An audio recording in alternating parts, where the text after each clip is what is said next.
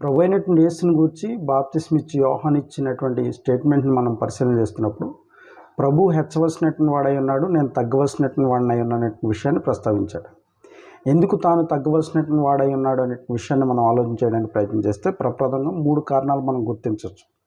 ఏంటంటే తాను ఒకవేళ తను తాను ప్రమోట్ చేసుకుంటూ తాను హెచ్చించబడే ప్రయత్నం చేస్తే ప్రజల యొక్క దృష్టి అంతా కూడా తన మీద ఉంటుంది. వాస్తవానికి మనుషులందరికీ సహాయం చేసే ప్రభువు మీద మనుషుల యొక్క దృష్టి ఉండాలి, కానీ తన మీద ఉంటుంది అనేటువంటి ఒక ఆలోచనతో తాను ప్రమోట్ చేసుకుని హెచ్చించుకునే ప్రయత్నం చేయాలి.